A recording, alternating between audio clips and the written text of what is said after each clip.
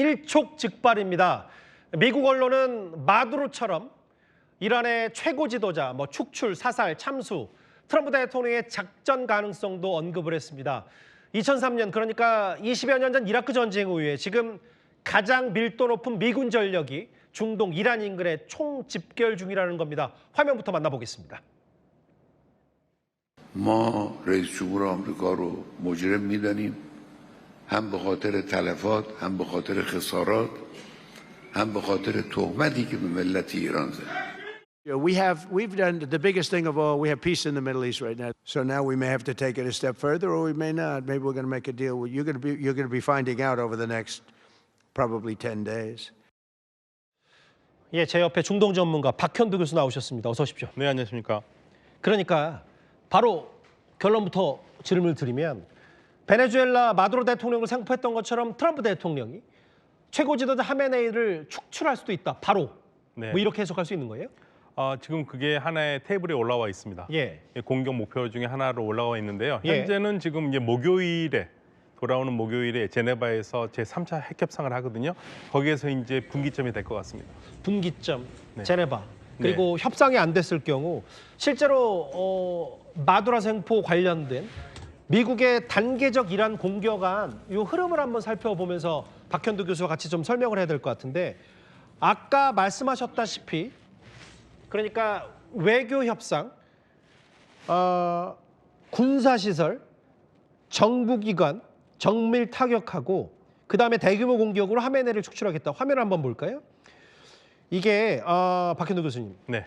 그러니까 이제 이 외교 협상이 잘 안 되면 네. 그리고 군사시설, 정부기관 정밀 타격하고 그다음에 대규모 공격 하메네이 축출한다.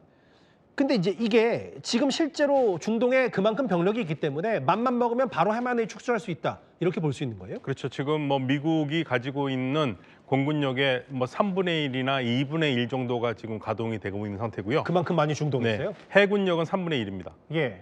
그러니까 지금 2003년 미국이 이라크 전쟁을 할 때 이후로 가장 많은 미국의 군사력이 이 이란을 향해서 직결되어 있는 상태이기 때문에 예.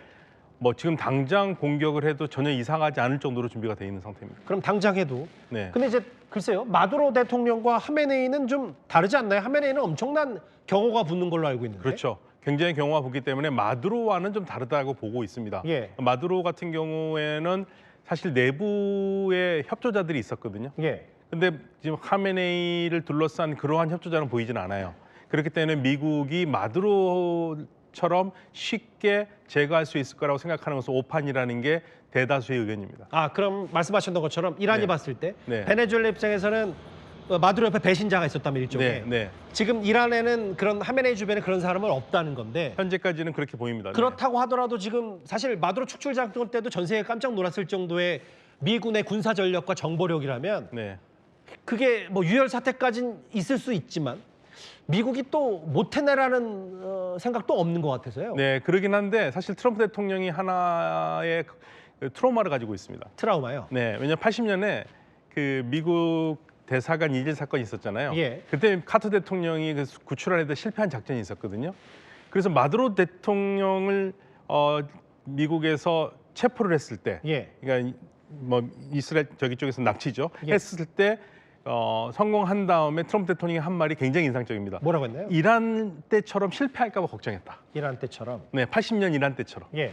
예, 그래서 이제 그게 항상 염두에 두기 때문에 미국은 상당히 많은 노력을 할 건데 지금 사실은 델타 포스가요. 예. 아제르바이잔과 투르크메니스탄에 나와 있거든요.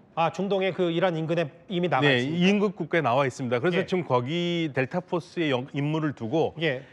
이게 단순히 하메네이 체포나 이런 게 아니라 오히려 핵 숨겨놓이는 핵시설을 오히려 좀 정리하려고 하는 게 아니냐라는 의견도 있어요. 그러니까 성동격서처럼 네. 그러니까 하메네이를 축출하고 사살할 수 있다는 뉘앙스만 풍기고 네. 실제로 핵을 직접 타결한다. 왜냐하면 미국이 원하는 건 지금 사실 정권 교체가 아니라 그렇죠. 핵 포기가 목적이기 때문에 핵시설을 핀셋으로 타결 가능성도 있다. 네.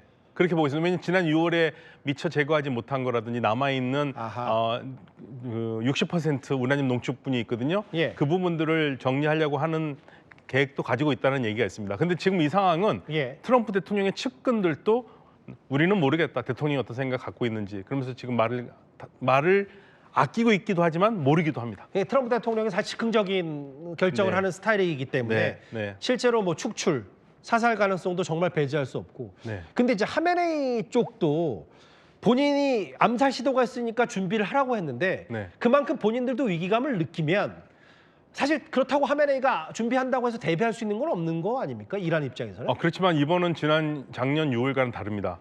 이거는 정권의 명운이 걸려 있거든요. 예. 그러면 여기서는 순순히 물러나거나 미국의 요구에 순순히 응한다라는 것은 패배이기 때문에 예. 결사항전할 거예요. 그래서 지난 6월과는 다른 양상이 될 것이다.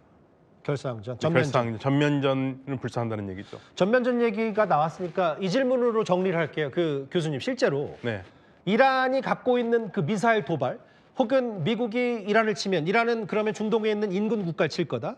실제로 러시아와 비밀 무기 거래를 합의했다는 얘기도 있는데 그럼 이란도 물러서지 않고 할 수 있는 조치 다 하겠다. 네. 이렇게 받아들일 수 있습니까? 그렇죠. 호르무즈 봉쇄까지도요? 네. 그러니까 이란은 항상 대미 작전이 있습니다. 미국에게는 순순히 보여주면 안 된다. 강력한 모습을 보여줘야지만 이 미국이 이란 말을 듣는다고 생각하기 때문에 예. 이번은 이란도 이게 마지막이라고 생각을 하기 때문에 아주 끝까지 항전할 겁니다. 그래서 이게 보통 큰 싸움이 뭐 끝나진 않을 것 같아요. 전면전 양상이요? 네. 알겠습니다. 이란의 최고 지도자 하메네이 참수 작전 가능성 얘기까지 중동 전문가 박현두 교수와 함께 짚어봤습니다. 고맙습니다. 네. 네, 일촉즉발 상황으로 보입니다. 카이로 특파원을 지낸 이세형 동아일보 국제부장과 지금 이란 상황을 좀 짚어보겠습니다.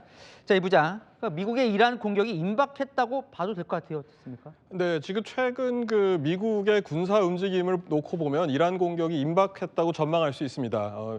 이미 미국의 항모전단 에이브램 링컨호가 이끄는 항모전단이 중동 지역에 배치가 됐고요. 또 지금 제럴드 포드 항모전단도 현재 이동 중입니다. 또 최첨단 전투기로 불리죠. F-35를 비롯해 수백 대의 전투기, 조기 경보기 등도 지금 중동 지역 내 미군 기지에 배치됐습니다. 미국 언론들은 2003년 조지 부시 대통령 시절 미국의 이라크 침공 이후 최대 규모의 미군 전력이 중동에 지금 배치돼 있다고 평가를 하고 있습니다. 야, 그럼 준비 다 됐다는 건데 트럼프가 정말 이 방아쇠를 당길 걸로 보십니까?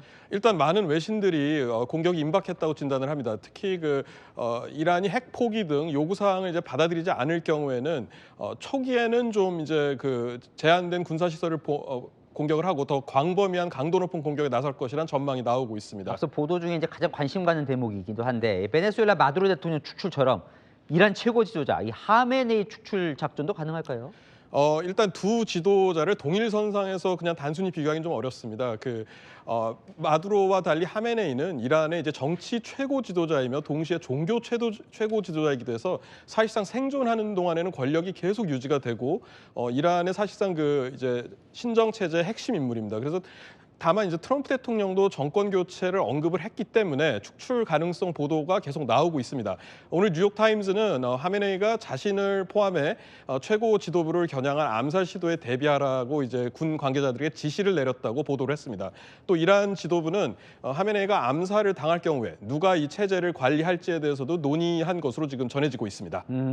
이게 그만큼 하메네이가 중요한 인물이기 때문이겠죠. 그렇죠. 하메네이는 일단 아까도 말씀드렸지만 최고 정치 지도자이며 동시에 이슬람 시아파의 최고 종교 지도자입니다. 그래서 아야톨라라고도 현지에서는 불리는데 이 아야톨라란 뜻이 신의 대리인이란 뜻이에요. 그러니까 이란뿐만 아니라 이라크 같이 이슬람권에서 시아파가 중심인 나라에서는 영향력이 굉장히 큽니다.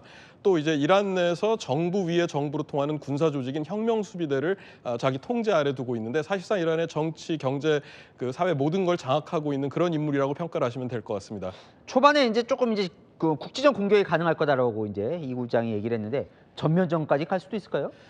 일단 그 경우에는 미국 같은 경우에도 지상군의 대규모 투입이 아마도 이제 피할 수 없는 상황이 될 텐데 공군력이나 이제 해군력을 이용한 공습보다 훨씬 더 복잡해지는 거고 또 이란 자체가 군사력이 지상군이 굉장히 강한 나라이기 때문에 만만치가 않습니다. 또 탄도미사일 보유량도 여전히 굉장히 많고 또 과거에 이란 지상군은 IS와의 전쟁 등도 경험을 했기 때문에 실전 경험도 충분합니다. 결국 미국이 이제 광범위한 공습에 나설 경우에는 전면전과 유사한 상황이 벌어질 때는 UAE UAE나 사우디 같은 이제 인근 미국의 우방 국가들도 공격을 하고 또 전 세계 원유 유통량의 3분의 1 이상을 차지하는 호르무즈 해협을 봉쇄에 나설 수도 있습니다. 이 경우에는 이제 원유 생산에 큰 쇼크가 오면서 전 세계적인 경제 문제로도 확대될 수가 있죠. 11월 중간 선거를 앞두고 있는 트럼프 대통령으로서는 그렇게 쉽게 선택할 수 있는 카드가 아닌 건 분명합니다. 야, 이게 전 세계적으로 이제 크게 걸려 있는 것들이 많네요. 자, 결국 이제 26일에 핵 협상 남아 있는데 극적 금의 합의도 좀 기대해 볼 만도 하겠네요.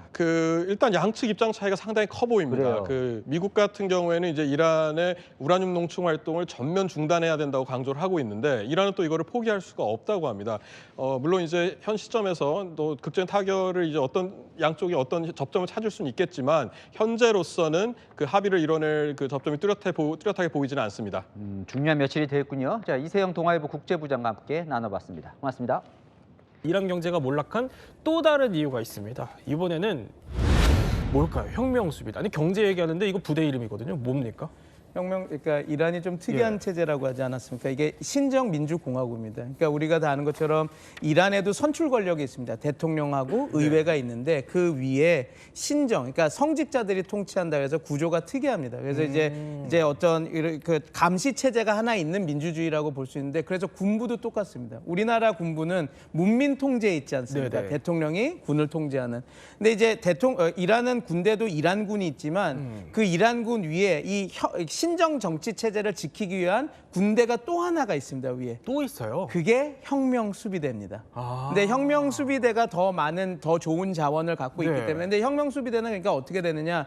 이란 혁명의 유지를 받드는 그러니까 최고 지도자를 받드는 그러니까 우리는 국민의 군대인데 국민의 군대도 있지만 혁명을 수호하는 그러니까 최고 지도자를 수호하는 군대가 따로 있는 겁니다. 그래요? 그러니까 근데 이들이 뭘 하냐면 지금 교수님께서도 너무 잘 말씀해 주셨지만 소위 말해서 그 경제 제재안에 있지 않습니까? 그래서 자기네들은 이건 미국의 경제 제재를 대항하는 우리만의 저항 경제 시스템이다. 그리고 이제 암시장이나 지하시장으로 유지가 되는데 어찌됐건 물건을 들어와야 될 거 아닙니까? 그리고 환율 정책을 저렇게 삼중으로 쓰면 그걸 감시 감독을 하는 세력도 있어야 될 거 아닙니까? 근데 그런 모든 거, 그러니까 물건을 들여오고 관세나 그런 보도 컨트롤, 그러니까 그런 것들을 하는 것을 주로 혁명 수비대가 다 하고 있습니다. 혁명 수비대. 그래서 혁명 수비대가 이란의 GDP의 20%를 그러니까 그냥 이렇게 드러나는 것만 해도 20%를 차지하고 좌지우지하고 있다라고 얘기할 정도로 되는데 지금 여러 가지 암시장이나 뒤에 리베이트 받는 것까지 합치면 그거보다 더 하겠죠. 아 그러니까 경제를 틀어지고 있는데 여기에 부정부패까지 있는 혁명 수비대 조직까지. 그러니까 어떻게 보면은 트럼프가 옥죄고 잘못된 환율 정책에 또 군대 이야기까지. 그러니까 이게 삼중고가 겹쳐서 지금 경제가 몰락하고 있다. 이렇게 분석이 나오는 겁니다. 그러면 이제 관심은 이거예요. 트럼프가 과연 군사 개입을 할까 이건데 오늘 속보만 보면은 머지않은 것 같은 느낌이 들기도 하고요. 24시간 내에 이루어질 수도 있다 이런 얘기들도 들리는데 얼마 전에 트럼프가 자신의 SNS를 통해서 또 이란 시위대를 겨냥해서 이런 메시지를 전했습니다. 여러분의 기관을 장악하십시오. 지원이 곧 도착할 것입니다. 여기에 대해서 지금 미국이 또 이란 내에 있는 자국민들의 대피 명령까지 내리기도 했고 다른 나라들, 이탈리아라든지 뭐 폴란드 등 이런 나라들도 이란을 좀 떠나야 한다 이렇게 촉구를 하고 있는데 허 교수님, 이 지금까지의 상황을 좀 종합해 보면은 정말 임박했다고 보십니까? 저는 사실은 가능성이 약간 개인적으로 낮다고 보는 편인데요. 왜냐하면 최근 들어서 트럼프 대통령이 가지고 있는 군사력에 대한 외부의 시선이 굉장히 날카로워졌어요. 왜냐하면 얼마 전에 마두로 대통령을 그대로 생포해 오면서 미군에 아무런 피해 없이 데리고 나왔잖아요. 네네. 어떻게 보면 미군의 작전 수행 능력 같은 걸 굉장히 외국에서 지금 높이 바라보고 있는 관점 그 자체가 저는 힘이 되고 있는 것 같고요. 지금 아까 초입에서 말씀해 주셨던 것처럼 이란 영공을 이란 정부가 지금 비우고 있다라던가 아니면 이란에서 굉장히 가까운 카타르의 기지에 미군 기지에 있는 미군 병력들을 빼서 뭔가 안전한 데로 대피시키려고 하는 움직임이 있다던가 이게 이란의 작전이 임박한 거 아니야라는 생각을 할 수도 있는데 제가 보기엔 트럼프 정부나 트럼프의 마가 진영이 갖고 있는 생각 중에 하나는 고립주의입니다. 다른 나라의 전쟁이나 다른 나라에 가서 지상전을 전개하는 것들에 대해서는 굉장히 국내적인 저항이 많은 상황인 걸로 오히려 알고 돈을 쓰게 되는 네, 그렇습니다. 그래서 그런 측면에서 저는 오히려 트럼프가 이제 칼집에 있는 칼날을 쓱 보여주면서 내 말 들어라고 얘기하는 게 아닐까 정도 생각하고 있습니다. 아 그러니까 뭐 아직까지는 실제 실행에 옮기기에는 트럼프가 이미 뭐 베네수엘라를 통해서 얻은 대외적인 이미지 이런 거에는 충분하다 이렇게 보는 거군요. 네, 저는 그렇게 생각을 하고 있습니다. 자, 그런데 실제 군사 작전이 불가능하지 않을 것 같다라는 시나리오가 나오는 이유에는 얼마 전에 미국이 이란의 그 핵시설을 타격한 적이 있잖아요. 네, 지난해 6월이었죠. 예. 그 이스라엘과 이제 이란의 12일 전쟁 내지는 뭐 미사일 전쟁이라고 불렸던 이 전쟁에 이제 미국 개입하면서 이란의 포르도, 나탄즈 그리고 이스파한에 있던 핵시설 세 군데를 네. 미군의 B2 스텔스 폭격기가 GB-57이라는 벙커버스터로 이제 공습을 한 일이 있었습니다. 전쟁에 개입을 한 사실이고 그다음에 이때도 별다른 피해 없이 무사히 이제 귀환을 했던 사실이 있었고 이제 트럼프 대통령이 이제 아마 이 기억을 가지고 있을 것 같은데 여러 가지 변수들의 가장 최종 해결책은 군사력이 될 수 있거든요. 네. 한 방에 이제 정리할 수 있고 베네수엘라 문제도 마두로를 생포해서 데려오면서 이제 본인의 컨트롤 안에 통제를 넣었었고 군사력을 사용해서 본인의 의지를 관철시킬 예. 수 있거나 이란을 굴복시킬 수 있다면 군사력을 사용할 가능성을 배제할 수가 없는 지금 상황이 됐습니다. 지금 보여드리는 거는 또 가상 영상이라는 네, 점, 맞습니다. 네, 저희 짚어드리겠습니다. 지금 그런데 떨어지는 게 이제 예. GB-57이라고 부르는 그렇죠. 벙커버스터고 지표면 깊이 들어가 있는 곳을 이제 무게와 속도로 뚫고 들어가서 수십 미터 지하에 있는 이제 그 감시 목표물을 폭파시킬 수 있는 그런 능력을 가지고 있죠. 혹시 짧게 여쭤보면은 그런데 만약에 이제 군사 개입이 이루어진다고 하면은 우리로서도 우리 경제에도 큰 타격이 입을 수 있지 않을까요? 원유 쪽에 수급이 문제가 생길 가능성이 큽니다. 우리 항상 호르무즈 해협 얘기하는데요. 여기 이란 예. 아까 말씀해준 국경 수비대가 갖고 있습니다. 컨트롤하고 있습니다. 그렇게 봤을 때 우리나라 원유 중에 중동산 비중이 70% 정도 되고요. 네. 그 중동산 비중 중에 99%가 호르무즈로 오거든요. 그러면 원유 수급, 원유 가격 이런 문제가 될 가능성이 아주 큽니다.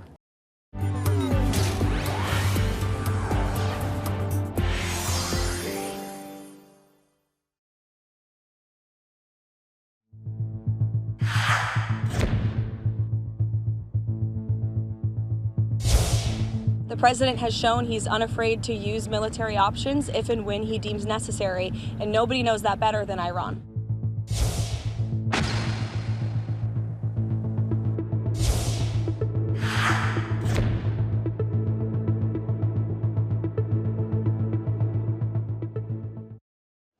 자, 트럼프 미국 대통령이 이란의 군사 개입 가능성까지 시사하고 있음에도요, 이란 현지 긴장감은 좀처럼 가라앉지 않고 있습니다. 조금 전에 전해진 속보부터 한번 짚어보도록 하죠. 자, 보면은요, 이게 전 세계 여객기들의 이동 상황을 보여주는 사이트입니다. 이걸 보면은, 자, 이란이 가운데 있는데, 이란을 지나가는 여객기가 거의 보이지 않는 상태죠. 이란 영공만 거의 텅텅 비어 보이는데, 트럼프의 군사 개입 경고가 나온 가운데 이란 당국이 영공을요, 공중 임무가 필요하다면서 폐쇄해 버렸기 때문입니다. 여기에 더해서 조금 전에 전해진 또 속보가 미군이 그 중동에 있는 최대 기지죠, 카타르 기지 여기에 일부 철수 권고까지 내렸다, 이런 보도가 나오던데 24시간 내에 미군이 이란에 들어갈 수 있다, 이런 얘기까지 나오고요. 네, 맞습니다. 네, 지금 아브라함 링컨 항모가 예. 지금 중동 쪽으로 가고 있습니다. 그러니까 이전까지는 폭격이나 개입에 대해서 조금 회의적인 의견이 많았던 이유가 미국이 그 이란의 군사 작전을 할 때 항상 네. 플랜 A, B, C를 다 준비하고 대기하고 있거든요. 그래서 저희가 복귀해 보면 작년 6월 달에 있었던 이스라엘과 이란의 12일 전쟁에서도 네. 미국이 같이 개입했지만 그때 항모를 3대 배치해서 어떠한 상황에서도 확전 우세를, 그러니까 어떠한 전쟁상에도 우리가 압도적으로 이기겠다라는 걸 갖고 가고 있었는데 지금 상황은 그게 아니었었습니다. 근데 네. 지금 말씀하신 대로 우데이드 공항에서 비전투 인력이나 이런 여기서. 사람들을 네. 빼고 그다음에 또 소위 말해서 핵항모를 보낸다라고 하는 것은 우리가 개입할 수 있어라는 것을 확실히 보여주는 것이죠. 근데 우리가 여기서 복귀해 볼 만한 사실은 이겁니다. 그게 지금 그렇게 개입을 해서 얻을 수 있는 군사 목표와 유인이 뭐가 있는지를 좀 지켜봐야 되거든요. 네. 그런데 지금 좀 그 부분이 애매합니다. 과연 트럼프 행정부가 개입을 한다면 도대체 어디를 목표로 공격을 할 것인지. 왜냐하면 지금 베네수엘라 사건이랑은 상황이 좀 다르거든요. 네. 왜냐하면 마두로를 대통령을 잡아오는 걸로 끝낼 수 있는 문제였다면 이란은 카메네이를 잡아온다고 이 이란 체제가 무너지지 않습니다. 오히려 이란은 지금 집단 지도 체제 비슷해서 카메네이라는 최고 지도자가 있지만 네. 혁명 수비대, 그다음에 그 소위 말해서 성직자 그룹, 그리고 그다음에 상인 그룹들이 같이 기득권을 해서 통치를 하는 시스템이기 때문에 카메네이를 잡아간다고 해서 이 정권 교체가 일어나는 상황이 아니기 때문에 지금 과연 이걸 얻을 수 있는 게 뭐가 있을까? 그래서 과연 직접 이거를 할 것인지 아니면 오히려 이건 강압 외교 측면에서 이란을 압박한 뒤에 최고의 딜, 최고의 협상을 얻어내기 위한 하나의 포석인지 그거가 지금 우리가 한번 지켜봐야 되는 것입니다. 그러니까 베네수엘라에서는 그 외과 수술에도 비유했었잖아요. 그러니까 마두로를 이제 이렇게 어떻게 보면 제거한다고 해서 이게 상황이 종료될 것이냐. 베네수엘라는 그럴 수 있지만 이란은 하메네이 한 사람만으로는 안 된다. 그리고 지금 군사 개입을 하더라도 미국이 얻는 실익이 그렇게 크지 않다. 이렇게 보시는 거군요. 네, 맞습니다. 자, 이렇게 미국의 개입 가능성이 점점 고조되는 이런 분위기 속에 자, 그럼 대체 이란의 지금 상황이 얼마나 심각한지 저희가 한번 영상으로 준비해 봤습니다. 보도록 하죠. 이란 도심의 모습인데요. 자, 곳곳이 저렇게 불에 타고 있고요. 이란 도심 한 복판의 영상 저희 보여드리고 있습니다. 이란의 보안군들이요, 또 시민을 향해서 총구를 겨누는 모습, 또 불꽃이 곳곳에서 발사되는가 하면은 총소리도 지금 잠깐 들으셨을 텐데요. 자, 저렇게 총소리가 들리는 현장 모습도 볼 수 있습니다. SNS 상에서는요, 이란군에 쫓겨서 혼비백산 도망치는 것으로 추정되는 사람들의 모습도 곳곳에서 SNS를 통해 전해지고 있는 상황입니다. 자, 이렇게 어떻게 보면은 반정부 시위가 계속 확산되고 여기에 과격 진압이 날로 갈수록 지금 심해지는 그런 상황 같거든요. 즉결 처형 수준으로 무력으로 진압한다. 이런 정황들도 나오고 있고요. 네, 맞습니다. 지금 사법당국이 얘기를 했죠. 모든 혐의를 지금 시위대의 혐의를 모하레베. 그러니까 뭐냐면 신에 대한 전쟁 행위다라고 선포를 했습니다. 그게 뭐냐면 우리 같이 공화국이 된 나라에서는 소위 말해서 신성모독을 했다고 그게 사법에서 다룰 문제가 아니거든요. 근데 형법에서 다룰 문제가 아닙니다. 근데 이제 이란이라고 하는 국가의 시스템은 신정 민주주의 체제이기 때문에 이게 어떻게 보면 헌법을 전복시키려고 하는 내란 행위로 받아들이게 됩니다. 왜냐하면 신이 통치한 민주공화정인데 신에 대한 대항을 했다라는 것이죠. 그래서 지금 시위대에서 시위대 주동했던 사람들 지금 체포된 사람들이 사형 선고를 받고 지금 집행까지 될 뻔했거든요. 그래서 그래서 트럼프 행정부에서 사형 집행하기 시작하면 우리 개입할 거야 하면서 이제 여러 가지 문제들이 생겼었던 건데 그래서 지금 말씀하신 대로 지금 시위대가 이렇게 크게 되는 이유는 이겁니다. 이게 내란 행위로 규정을 했고 그리고 내란 행위에 준하는 탄압을 하라라고 해서 실탄이나 소위 말해서 지금 시위대를 억압하는 공권력에게 실탄으로 해서 억압을 하라고 했기 때문에 지금 다수의 피해자가 나오고 있는 상황인 거죠. 그러니까 사형 집행 얘기하시는 게 26살 청년에 대해서 사형 집행이 이루어질 수 있다, 임박했다 이런 보도들이 나왔었는데 트럼프는 이제 그걸 멈춘 것 같다라고 얘기를 했는데 이란이 진짜 그걸 멈춘 거예요. 이게 있죠. 선고가 됐고 구형이 됐고 선고가 됐고 집행만 안 된 상태입니다. 집행만 연기가 됐죠. 그래서 지금 나오는 것이 사형 집행을 14일 날 받을 뻔한 청년이 26세의 아르판이라고 하는 청년인데 그 청년의 집에 사법부에서 통보가 갔답니다. 사형 집행은 연기가 됐다라는 걸 해서 연기를 한 것이지 지금 시위대에 대한 이런 강력한 법 집행을 하겠다라는 의지는 계속 보여주고 있습니다. 지금 이분은 또 머리에 총을 맞고 숨진 것으로 추정되는 그런 분이신데 자, 이런 모습까지 상황이 정말 즉결 처형이다라고 볼 법한 굉장히 좀 위태위태해지는 상황인데 자, 나라 밖에 있는 이란인들도요, 이런 처참한 상황을 알리기 시작했습니다. 이란 사람들은 큰 용기를 내어 변화를 시도하고 있습니다. 하지만 이를 막기 위해 정부는 인터넷을 차단하고 기본적인 전화 통화도 못하게 했습니다. 이란 사람들의 목소리가 조금이라도 더 널리 전해지길 바라는 마음으로 이 영상을 남깁니다. 그러니까 이분이 우리나라에 거주 중이신 분인 거죠? 네, 우리나라에 거주 중인 미스 이란 출신의 유튜버이자 모델인 호다 니쿠 씨고요. 며칠 전에 이렇게 영상을 직접 한국어로 올려서 이제 이란의 참상에 대해서 이제 호소를 했었는데요. 비슷하게 이제 해외에 거주 중인 이란인들 상당수가 이렇게 자국에서 벌어진 참상에 대해서 이제 그 지지와 안타까움을 이제 호소하는 모습을 좀 보여주고 있습니다. 이렇게 이제 이 호단 이쿠시 같은 경우는 이제 미스 이란 출신으로 이란에서 있다가 한국에 이제 잠깐 방문했는데 네. 한국이 이제 이란이랑 다르게 히잡에 대한 규제도 없고 자유로우니까 그냥 한국에서 계속 활동하고 있는 중이고요. 니쿠시아 같은 이런 움직임은 전 세계에 펼쳐지고 있는데 그래요? 준비된 영상을 보면서 예. 설명을 드리도록 하겠습니다. 히잡을 쓰지 않은 채 예. 그 이란의 최고 지도자 사진을 불태워서 이제 담배를 피우는 이 영상이 저항의 상징으로 이제 온라인 공간에서 화제가 됐는데요. 이제 뭐 파격성 때문에 이거 AI가 아니냐라는 논란이 좀 있긴 했지만 실제로 찍은 사진 영상은 맞고요. 단지 이제 이란이 아니라 해외에서 찍은 사진으로 알려져 있습니다. 그리고 이 해리포터의 작가로 잘 알려진 우리 J.K. 롤랭 같은 경우도 자신의 SNS에 이란의 인권을 옹호한다면서 자유투쟁에 대해서 입을 닫고 있으면 당신의 정체는 뻔하다라는 식의 이제 그 SNS 댓글을 올렸고 여기에 또 우리 끼어들기 좋아하는 네. 일론 머스크 씨가 이제 사실이다라는 식의 이제 짧은 댓글을 좀 남겨놨습니다. 그러니까 저분은 실제로 뭐 인터뷰를 했지만 뭐 곳곳에서 이제 담배를 하메네이 사진에 붙이는 그런 영상들이 퍼지면서 그러니까 이게 뭐 진위 여부가 아직 확인이 다 되고 있지는 않지만 그거와 상관없이 너무 파격적이기 때문에 이게 일종의 저항의 상징으로 지금 인식이 되고 있는 거거든요.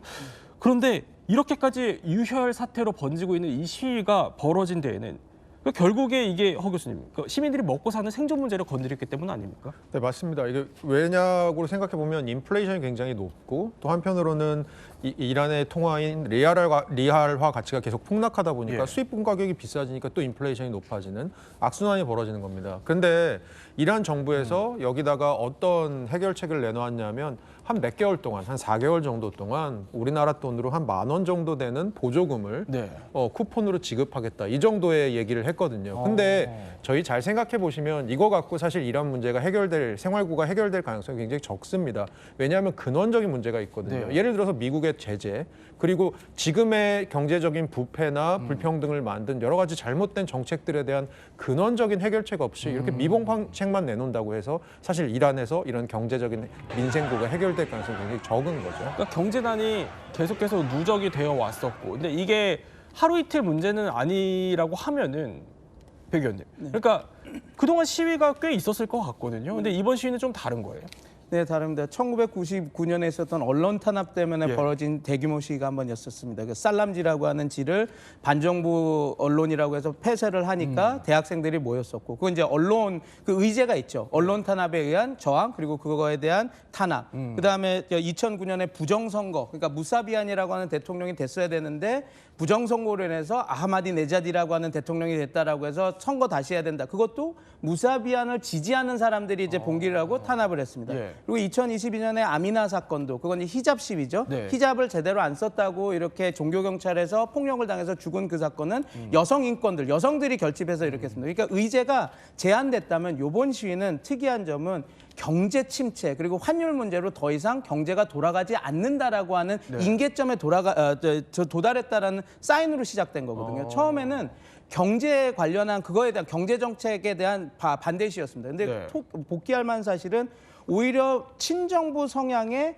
상인 세력들이 상인들이 1달러에 147만 리알로 이렇게 그 환율이 되면 우리가 물건 못 팔아 유통을 할 수가 없어 해서 아예 끊기니까 상점 폐점을 하면서 이게 시작된 거거든요. 그래서 이게 우리가 다 유명한 이 문제는 경제야 바보야처럼 경제가 문제가 되니까 이전의 시위들은 다 그 소위 말해서 그거 특정 그룹들이 있었다면 이거는 경제 문제이기 때문에 대다수 사람들이 참여할 수밖에 없는 문제는 거죠. 왜냐하면 자기네들 먹고 사니즘의 문제 때문에 그렇습니다. 그래서 이게 지금 처음 시작할 때는 17개 주에서 시작됐는데 지금은 31개 이란 전역에서 시작됐고 197개 도시 그리고 606곳에서 동시다발적으로 벌어지기 때문에 이게 엄청나게 큰 대규모 시위로 되게 된 것이죠. 그래서 그게 다른 지점입니다. 그러니까 시장 상인들이 친정부적인 성향을 띠나 보죠, 이란에서는. 왜냐하면 이란은 저항 경제입니다.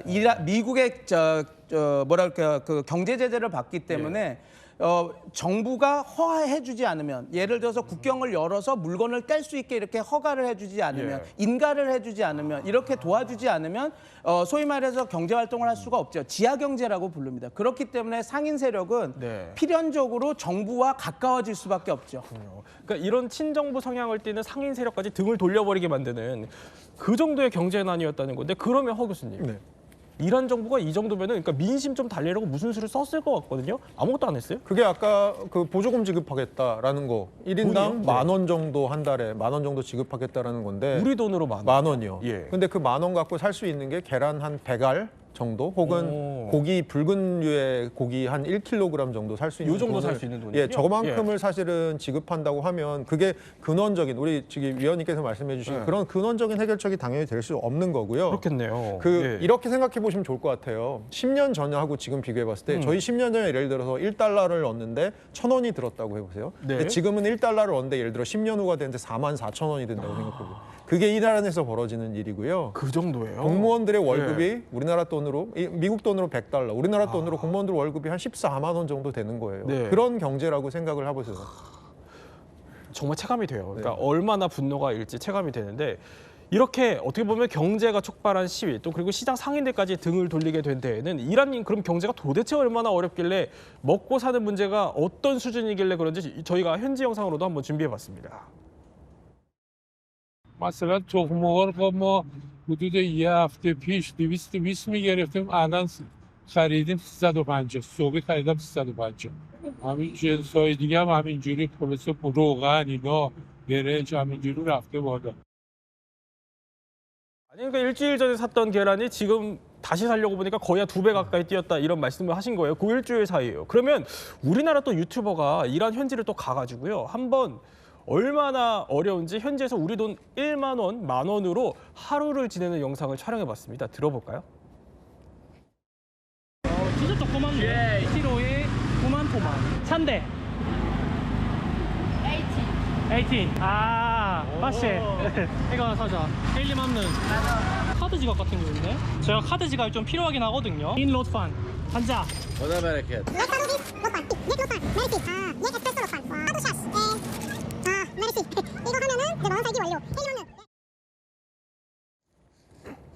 아니, 그러니까 우리나라에서 사실 요즘 한 10,000원 정도 들고 가면은 점심 한 끼 사 먹기도 힘들겠지만, 이걸 이란에 가져가면 과일도 사고 택시도 타고 식사까지 하고 다 할 수 있다는 겁니다. 뭐 여행객 입장에서 보면야 좋겠지만, 이 자국민들이 얼마나 힘들까 싶은데, 게다가 이제 월급도 뭐 거의 그대로일 거 아니에요. 리아화라 가치는 계속 폭락을 할 거고요. 네, 맞습니다. 그러니까 월급은 리알화, 그 나라의 통화, 이란의 통화로 받는데, 이란에서 사실은 사고 있는 생필품 중에 많은 부분이 수입품입니다. 근데 수입품은 또 달러로 사와야 되잖아요. 근데 리알화 가치가 달러 대비 계속 떨어지다 보니까 수입품 가격을 중심으로 인플레이션, 계속 물가가 오르는 겁니다. 그러면 우리나라 말로 내 월급은 그대로인데 왜 이렇게 물가는 점점 비싸지지? 이게 결국은 생활고라는 세 글자로 연결이 될 수밖에 없는 그런 상황인 거죠.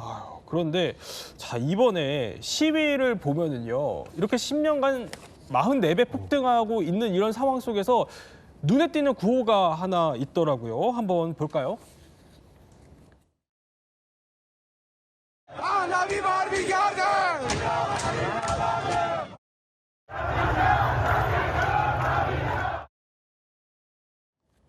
아니, 저렇게 계속 외치는, 돌아와라 돌아와라 외치는 이 사람 누굽니까? 이란의 마지막 왕자죠. 예. 그러니까 1979년 이란 혁명을 통해서 팔레비 왕조가 그 멸망하게 되는데, 그 팔레비 왕의 손자입니다. 그래서 이제 망명을 가 있다가 지금 그래서 계속해서 어떤 하나의 구심점 역할, 시위대의 구심점 역할을 하는데, 근데 저는 여기에 비극이 있다고 봅니다. 왜냐하면 이분은 이 팔레비 왕의 여러 가지 자료들을 보면 부정부패로 이미 국민들이 혁명, 탄핵을 한 그 왕입니다. 그런데 지금 이 말은 뭐냐면, 그만큼 이란의 대체 죄가 없다라는 얘기입니다. 그러니까 우리가 정치학에서도 네. 얘기하지만 안티테제로 그냥 그 사람을 비토하는 감정으로는 절대 정권 교체를 이룰 수 없다라는 말이 있지 않습니까? 네. 지금 그것을 여실히 보여주는 장면이라고 보시면 어떻게 보면 될 것 같습니다. 차악을 선택하려는 그런 건가요? 차악도 아닌 거죠. 왜냐하면 팔레비는 거의 50년 동안 미국에 있었는데 네. 수권 능력도 전혀 없고 이란 내에 자기를 지지하는 세력도 없고 그럽니다. 그럼 우리가 반대로 이렇게 생각해 보죠. 우리가 일제 식민지화를 끝내고 우리 대한민국을 만들지 않았습니까? 근데 네. 그때 우리가 영친왕의 후손을 모셔서 대한민국의 대통령을 하자라고 하면 과연 국민들의 몇 명이 그걸 옹호할 수 있겠습니까? 그래서 그런 거를 생각해 보시면 지금 되게 하나의 비극은 지금 좋게 정권 교체가 무르고 익을 수 있는 상황에 그것 구심력이 돼줄 수 있는 리더나 인물이나 수권 세력이 없는 상황이다라는 걸 보여주는 그런 것이라고 보시면 될 것 같습니다. 그렇군요. 오죽하면. 자, 저런 상황까지 벌어지고 있다는 건데. 그러면 대체 과거의 이란 모습은 어땠을까? 이것도 슬슬 궁금해집니다. 과거는 어땠습니까? 지금이랑 뭐 많이 달랐고요. 예. 뭐 말씀으로 드리는 것보다 영상으로 보는 게 좋을 테니까 영상을 보여드릴게요. 지금 64년의 이란의 모습인데요. 흑백이긴 하지만, 1964년. 예. 네, 흑백이긴 하지만 2층 버스도 있고 승용차도 있고 그리고 번화한 거리의 모습 그리고 사람들이 계속 오가는 모습이 좀 보이고 있고요. 네, 요거는 이제 1970년대 이제 그 이란의 수도 테헤란의 모습입니다. 이 당시 테헤란의 별명이 예. 중동의 파리였어요. 이때가 70년대인데 네. 굉장하네요. 네, 70년대면 사실 국민 경제 소득이나 경제 성장 수준은 우리나라보다 훨씬 잘 살 때였고 뭐 모습으로 당장 보이죠. 그다음에 가장 중요했던 것 이런 페르시아 왕조의 이제 기념 행사를 하기 위해서 거리에 장식을 한 모습인데 예. 중동의 어떤 화려한 그런 모습들 그리고 이제 지금은 볼 수 없는 이런 자유로움들이 좀 많이 보여지고 있습니다. 그리고 다른 영상을 하나 더 준비했는데 이것도 한번 보도록 하겠습니다. 네. 네, 지금 이제 그 1970년대 예. 이슬람 혁명 이전에 이제 이란의 광고 영상입니다. 지금, 광고예요? 네. TV 광고? 네, TV 광고인데 예. 지금 보시면 차 광고인데 지금 여성들이 히잡도 안 쓰고 있고 네. 그다음에 민소매 셔츠 입고 있고 치마 입고 있잖아요. 네, 그러니까 그렇네요. 지금으로서는 상상할 수 없는 그런 모습들을 좀 보여주고 있습니다. 복장이 굉장히 자유롭죠. 예. 네. 그러니까 이거를 어떻게 영상만 없으면 유럽이라든지 아니면 다른 나라 모습으로 좀 볼 수 있죠. 다른 영상도 하나 더 준비되어 있으니까 보여드리도록 하겠습니다. 이거군요. 네, 예. 이거는 역시 이제 이렇게 파인 옷을 입고 짧은 치마를 입고 있는데 TV 광고 이제 예. 팔고 있는 영상입니다. 여기 보시면은 광고라는 점을 감안하더라도 이제 복장이 굉장히 자유롭고 화려한 그런 모습을 좀 보이고 있죠. 지금은 그 시위대 현장을 보게 되면 대부분의 여성들이 히잡을 쓰고 있거나 아니면 얼굴을 가려야 되는 그런 모습들이랑은 정말 다른 모습입니다. 그러니까 그런 거 있잖아요. 그러니까 원래 못 살다가 계속 못 살면 사람들이 적응을 하거든요. 적응을 해서 그냥 그런가 보다 하고 지내는데 원래 잘 살았던 데가 못 살게 되면은 자신의 현실에 대해서 부정하게 되고 그다음에 이게 왜 이렇게 됐는지 원인을 찾기 시작하게 되거든요. 당시 그러니까 70년대면 우리나라보다 지금 70년대 대한민국이랑 비교해 봐도 뒤지지 않을 정도의 경제 성장이라든지 자유로움을 가지고 있던 국가였는데 이게 반세기 만에 신정 국가 이런 여성들은 숨소리도 내지 못한 그런 국가가 돼버렸으니까 얼마나 크게 아쉬웠겠어요. 지금 이란 모습이라고는 좀 상상하기 어려운 그 과거의 이란 얘기지만 1970년대 생각을 하면은 우리랑도 상당히 인연이 깊어요. 생각해 보면 그 테헤란로 있잖아요. 네, 맞습니다. 서울에 거의 유일하게 외국 수도의 이름이 도로 이름으로 쓰여진 게 테헤란로고요. 이게 1977년에 이름이 테헤란로라는 이름이 붙었고 그 당시에 강남 개발 한복판에 있는 가장 큰 도로였었습니다. 네. 그 테헤란이 지금 작가님 말씀해 주신 대로 어떻게 보면 서구화, 근대화의 산물이기도 하고 1970년대잖아요. 그렇죠. 그 당시에 중동 오일 크라이시스로 인해서 오일 가격이 막 비싸서 또 굉장히 이란이 잘 나가던 경제였었어요. 그래서 이름을 테헤란로로 붙이고 그게 한국 이란 수교 15년 기념하는 네이밍이었습니다. 그리고 이란에도 왕복 한 4차선에서 6차선 정도 되는 테헤란에 도로가 있어요. 네. 그거를 이름을 서울로로 바꿨습니다. 그래서 거기 그래요? 이란 여기군요, 테헤란 서울. 주재 서울 대사관 그 한국 대사관도 저 근처에 있고요. 뭐 그런 데가 바로 저기입니다. 그래서 양국이 서로 이름을 교환한 그런 의미 있는 일도 있었죠. 50여 년의 시간이 흘러 지금은 또 우리가 이란 얘기를 하고 있으면서 저게 좀 새롭게 또 보이기도 한다라는 생각이 듭니다. 자, 그렇다면 이렇게 70년대에 정말 소위 말하는 잘 나갔던 그 이란이 왜 이렇게 몰락을 했을까? 저희가 전문가들과 하나씩 한번 따져보도록 하겠습니다. 자, 첫 번째는 이것 때문에 몰락했다는 겁니다. 대이란 제재라는 건데 이것은 일단 영상으로 한번 준비해 봤습니다. To impose international economic sanctions upon Iran. It's better dealing with those bad guys than if we're dealing with the bad guys and the nuclear bombs on the table. We're confronting rogue regimes from Iran to North Korea. Iran, the bully of the Middle East, must now make peace. If they do not, future attacks will be far greater and a lot easier. 보세요. 근데 영상에서 잠깐 봤지만 이 미국의 제재라고 해야 될까? 이거 그러니까 최근부터 있었던 게 아니고 상당히 오래전부터 있어 왔던 거예요. 근데 이게 도대체 어떤 식으로 이루어졌길래 지금 이란이 이렇게 된 거예요? 거의 제재 역사가 지금 한 50년 넘습니다. 예. 왜 그러냐면 1979년으로 돌아가 봐야 되는데요. 이 당시에 이슬람 혁명이라는 게 있었는데 네. 그 당시에 팔레비 왕조의 모하마드 왕이라는 사람이 미국으로 망명을 하게 됩니다. 이 혁명 때문에. 이래서 요거에 반발하는 이란 대학생들이 미국 대사관을 점령해요. 그러니까 카터 대통령, 그 당시에 미국 대통령이 너네 제재, 이래서 이제 제재가 시작이 됐고요. 1980년대 중반에 가면 이제 이란을 테러 지원국으로 지정을 하면서 무기 수출 이란에 안 돼. 그리고 이란의 외국은행 대출 같은 거 해주지 마 하고요. 거기다가 이제 95년 되면 클린턴 행정부 때인데 이란에 대한 모든 무역을 다 금지시켜 버리면서 외국 기업까지 이제 이란이랑 거래하지 마 이렇게 제재 수위를 높입니다. 그렇군요. 예, 그러다가 2015년에 이란 핵 합의라는 걸 합니다. 그래서 이란이 이제 핵 합의로 들어오면서 우리 핵 개발 같은 거 이제 속도 조절할게, 좀 자제할게라고 하면서 경제 제재가 일부 해제됐다가 요거 트럼프 1기 행정부 들어온 2018년에 미국이 요 핵 합의에서 빠지면서 자 이란 다시 제재. 그리고 더 세졌군요. 네, 더 세진 제재가 지금까지 또 트럼프 지금 2기잖아요. 예. 예, 그 제재가 지금까지 오고 있는 그런 상황입니다. 아니 그러니까 트럼프가 더 틀어지면서 이란이 이렇게 됐다 이런 얘기예요? 네, 맞습니다.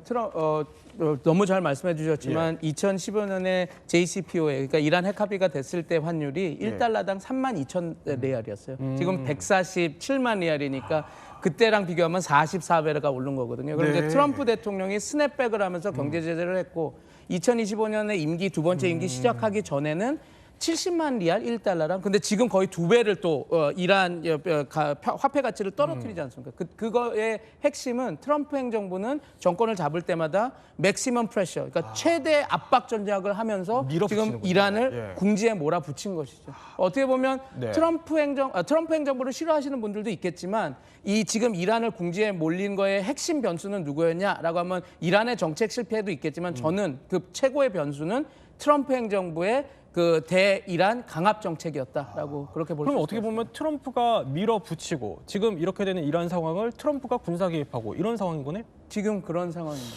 그렇군요. 그러면 이란 경제가 이렇게가 몰락하게 된 데는 또 비단 제재만 있을 것 같진 않아요. 두 번째 이유가 또 준비되어 있는데 자, 두 번째는 세 가지 환율이라는 겁니다. 이거는 말로만 들어서 잘 모르겠어요. 뭔 얘기인가요? 이게 뭐냐면 얼마나 이란 국민들의 생활에 필요하냐에 따라서 물건들을 이렇게 칸을 나눕니다. 그래서 그 물건들이 수입할 때 적용하는 환율을 세 가지로 다르게 적용하는 거예요. 다르게? 그러니까 생필품은 꼭 있어야 되잖아요. 예를 들어서 고기라던가 설탕이라던가 약품 이런 거 있어야 되잖아요. 생필품에 적용하는 공식 환율이라는 게 있고요. 이 환율이 가장 쌉니다. 그거는 네, 그래서 이란에서 관점에서 봤을 때 제일 물건을 싸게 수입할 수 있는 환율이에요. 그 다음이 뭐냐면 중간 환율이 있어요. 요거는 생필품 중에 약간 덜 필요한 것들, 그래서 뭐 화장품, 담배, 아니면 뭐 카메라, 냉장고, 가전제품 이런 것들에 대한 적용하는 환율인데 요거는 공식 환율에 비해서 한 2~3배 정도 비쌉니다. 그리고 마지막으로 시장에서 결정되는 환율이 있는데 요거는 사치품 같은 거 수입할 때 적용되는 그냥 시장에서 결정되는 환율인데 공식 환율에 비해서 5배 정도 비쌉니다. 그렇게 보면 이렇게 생각하실 수 있는 거예요. 정부에다가는 우리 생필품 수입할게라고 쿼터를 받아갖고 일부를 딴 걸 수입하는 거예요. 아, 돌려서? 네, 그래서 그거를 암시장에다 내다 팔면 훨씬 더 마진을 크게 볼 수 있는 거예요. 그러면 일단 생필품 같은 거 공급하는 게 딸릴 것 같은 느낌이 드시잖아요. 이란 아까 뭐라고 그랬죠? 인플레이션이 굉장히 많이 발생한다고 그랬잖아요. 이유가 일부 여기에 있는 거예요. 물건이 귀한 거예요. 그러니까 시장을 어떻게 보면 환율로 또 통제를 하려고 이렇게 한 게 역으로 이게 역효과가 나고 있는 거네요. 네, 맞습니다. 세 가지 환율이. 자, 이런 세 가지 환율 좀 특이한 정책이긴 한데 우리로서 생소한. 근데 이뿐만이 아니라 이란 경제가 몰락한 또 다른 이유가 있습니다. 이번에는 뭘까요? 혁명수비다. 아니 경제 얘기하는데 이거 부대 이름이거든요. 뭡니까? 그러니까 이란이 좀 특이한 체제라고 하지 않았습니까? 이게 신정 민주 공화국입니다. 그러니까 우리가 다 아는 것처럼 이란에도 선출 권력이 있습니다. 대통령하고 의회가 있는데 그 위에 신정, 그러니까 성직자들이 통치한다 그래서 구조가 특이합니다. 그래서 이제 어떤 그 감시 체제가 하나 있는 민주주의라고 볼 수 있는데 그래서 군부도 똑같습니다. 우리나라 군부는 문민 통제에 있지 않습니까? 네네. 대통령이 군을 통제하는. 근데 이제 이란은 군대도 이란군이 있지만 그 이란군 위에 이 신정 정치 체제를 지키기 위한 군대가 또 하나가 있습니다. 위에. 또 있어요? 그게 혁명 수비대입니다. 근데 혁명 수비대가 더 많은 더 좋은 자원을 갖고 있기 때문에 근데 혁명 수비대는 그러니까 어떻게 되느냐? 이란 혁명의 유지를 받드는 그러니까 최고 지도자를 받드는 그러니까 우리는 국민의 군대인데 국민의 군대도 있지만 혁명을 수호하는 그러니까 최고 지도자를 수호하는 군대가 따로 있는 겁니다. 그래요? 그러니까 근데 이들이 뭐라냐면 지금 교수님께서도 너무 잘 말씀해 주셨지만 소위 말해서 그 경제 제재 안에 있지 않습니까? 그래서 자기네들은 이건 미국의 경제 제재를 대항하는 우리만의 저항 경제 시스템이다. 그리고 이제 암시장이나 지하시장으로 유지가 되는데 어찌됐건 물건을 들어와야 될 거 아닙니까? 그리고 환율 정책을 저렇게 삼중으로 쓰면 그걸 감시 감독을 하는 세력도 있어야 될 거 아닙니까? 근데 그런 모든 거, 그러니까 물건을 들여오고 관세나 그런 보도 컨트롤, 그러니까 그런 것들을 하는 것을 주로 혁명 수비대가 다 하고 있습니다. 혁명 수비대. 그래서 혁명 수비대가 이란의 GDP의 20%를 그러니까 그냥 이렇게 드러나는 것만 해도 20%를 차지하고 좌지우지하고 있다라고 얘기할 정도로 되는데 지금 여러 가지 암시장이나 뒤에 리베이트 받는 것까지 합치면 그거보다 더 하겠죠. 아, 그러니까 경제를 틀어지고 있는데 여기에 부정부패까지 있는 혁명 수비대 조직까지. 그러니까 어떻게 보면은 트럼프가 옥죄고 잘못된 환율 정책에 또 군대 이야기까지. 그러니까 이게 삼중고가 겹쳐서 지금 경제가 몰락하고 있다. 이렇게 분석이 나오는 겁니다. 그러면 이제 관심은 이거예요. 트럼프가 과연 군사 개입을 할까 이건데 오늘 속보만 보면은 머지않은 것 같은 느낌이 들기도 하고요. 24시간 내에 이루어질 수도 있다 이런 얘기들도 들리는데 얼마 전에 트럼프가 자신의 SNS를 통해서 또 이란 시위대를 겨냥해서 이런 메시지를 전했습니다. 여러분의 기관을 장악하십시오. 지원이 곧 도착할 것입니다. 여기에 대해서 지금 미국이 또 이란 내에 있는 자국민들의 대피 명령까지 내리기도 했고 다른 나라들, 이탈리아라든지 뭐 폴란드 등 이런 나라들도 이란을 좀 떠나야 한다 이렇게 촉구를 하고 있는데 허 교수님, 이 지금까지의 상황을 좀 종합해 보면은 정말 임박했다고 보십니까?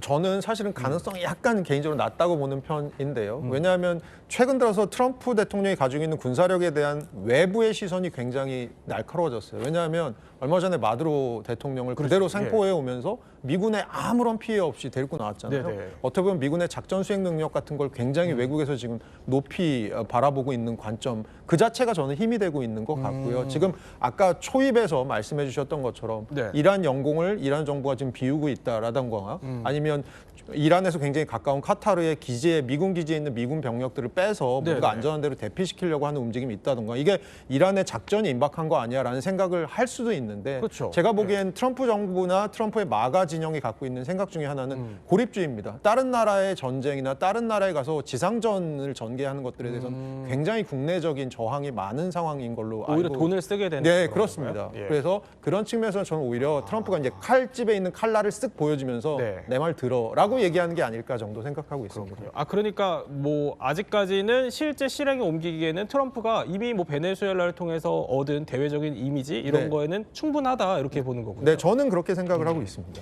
자, 그런데 실제 군사 작전이 불가능하지 않을 것 같다라는 시나리오가 나오는 이유에는 얼마 전에 미국이 이란의 그 핵시설을 타격한 적이 있잖아요. 네, 지난해 6월이었죠. 그 이스라엘과 이제 이란의 12일 전쟁, 내지는 뭐 미사일 전쟁이라고 불렸던 이 전쟁에 이제 미국 개입하면서 이란의 포르도, 나탄즈 그리고 이스파한에 있던 핵시설 3군데를 미군의 B-2 스텔스 폭격기가 GB-57이라는 벙커버스터로 이제 공습을 한 일이 있었습니다. 전쟁에 개입을 한 사실이고 그다음에 이때도 별다른 피해 없이 무사히 이제 귀환을 했던 사실이 있었고 이제 트럼프 대통령이 이제 아마 이 기억을 가지고 있을 것 같은데 여러 가지 변수들의 가장 최종 해결책은 군사력이 될 수 있거든요. 한 방에 이제 정리할 수 있고 베네수엘라 문제도 마두로를 생포해서 데려오면서 이제 본인의 컨트롤 안에 통제를 넣었었고 군사력을 사용해서 본인의 의지를 관철시킬 수 있거나 이란을 굴복시킬 수 있다면 군사력을 사용할 가능성을 배제할 수가 없는 그런 상황이 됐습니다. 지금 보여드리는 거는 또 가상 영상이라는 네, 점, 맞습니다. 네, 저희 짚어드리겠습니다. 지금 그런데 떨어지는 게 이제 예. GB57이라고 부르는 벙커버스터고 지표면 깊이